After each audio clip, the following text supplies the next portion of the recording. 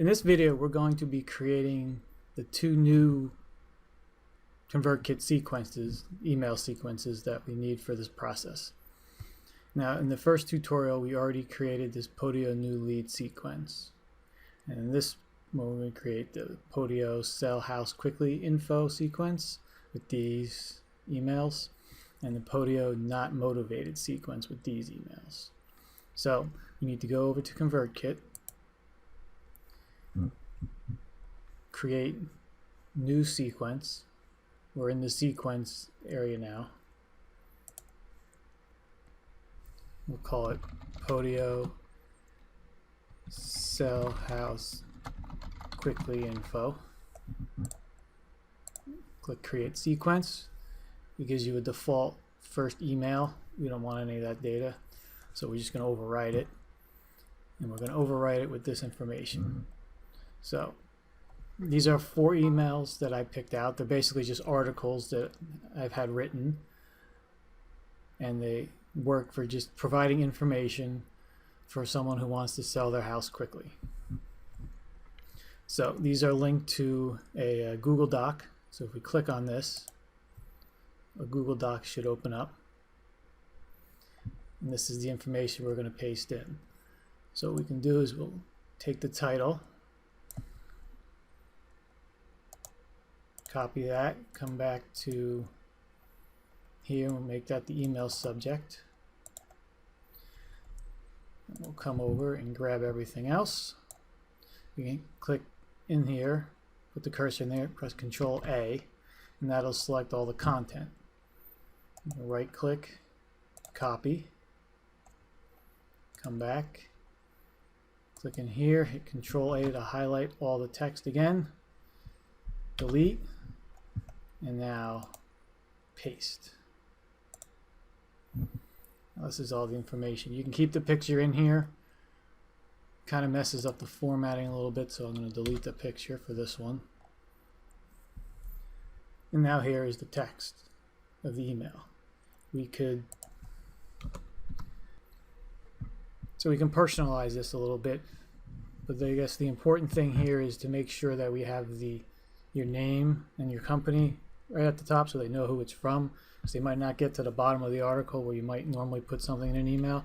So you can go say, hey, subscriber name, this is Scott from Scotty Buys Houses. I thought you might like this information about selling your house quickly. Let me know what you think, or if you have any questions. So this will be the first email that will go out. We may not want this information to go out the same day it comes in, maybe the second day after the lead comes in, so we'll give it a 1-day break, which is the default. So we can save. Now we'll add the second email. Click here, add, come back to the post, open this in a new tab this time. This is how does a cash home purchase work. So if someone's looking to sell their house quickly, they're most likely looking to get cash for it because they don't have to wait for someone to get approval. So we'll copy that, paste that in here, remove this, get the contents here, paste this in, and I'll remove the picture again.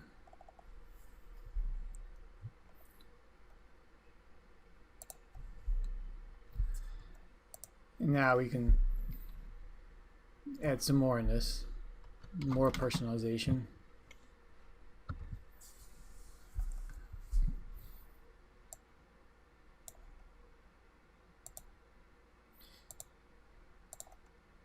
Now we can save this. You can go through here. If the format doesn't come out right, we can highlight this, change this is coming out as a header for some reason. You can change formatting, highlight, and turn it into normal text, and then it should work out pretty good for you. Cutting and pasting into different editors sometimes results in some strange behaviors, but it's easy to fix with just changing the formatting. So now that's email number 2. We'll save that. And now we'll follow the process for the next 2 emails. Close here. Take this one, 5 core questions to ask a cash home buyer.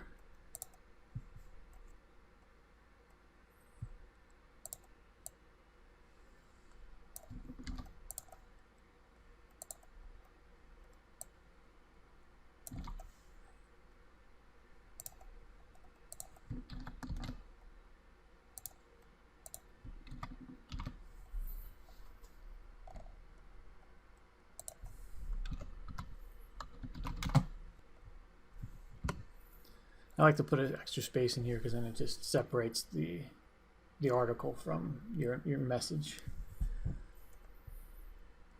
And save all this and the final email.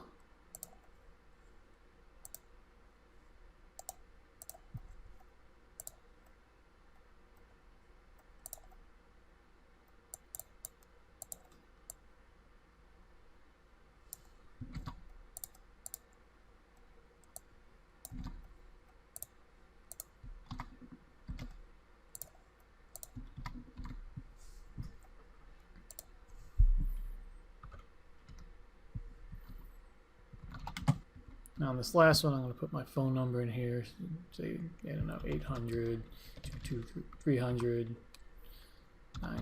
It's a fake number, but you get the point. Maybe they'll call you.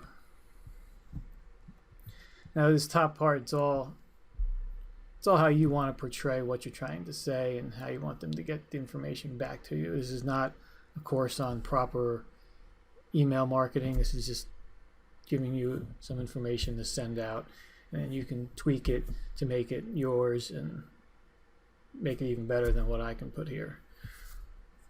This is just to get you started. So this is the last email. We'll save this, and then we'll have to set the intervals. So we have 1 day. We don't want to send this one the next day. We'll call it every week, 7 days after last email. This will also be 7 days after the last email. And this last one, we'll follow it up with 7 days. We'll save all this, and we'll change all the status to published. One thing we didn't do, for each email you have to change it.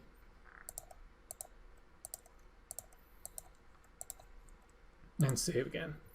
So now if we go back to your sequences, we have this new sequence right here. Now we're going to follow the same process for creating the next mailing sequence. It's the same exact thing, so I'm not going to continue this video on. I'm going to pause it, create the next sequence, and then come back and sum everything up for you. Now I created this new mailing sequence for the not motivated sellers, and there's 4 emails again, and this time I'm sending them 30 days apart because if they're not ready yet, they're not motivated. I want to keep my information in front of them, not so as frequent to bother them because they might not be ready yet, but every 30 days, and I think that's a good time frame. Depending on your target market, it may be changed. If foreclosures, then depending on your state, how quickly the foreclosure process happens, you may want to make sure you get enough emails in and tighten up the time frame a little bit. So those are the sequences. Come back here. Now we have 3 sequences set up for this. We have the new leads, the not motivated, and the sell house quickly information. In the next video, we'll talk about adding the tags and also the automations. Thank you.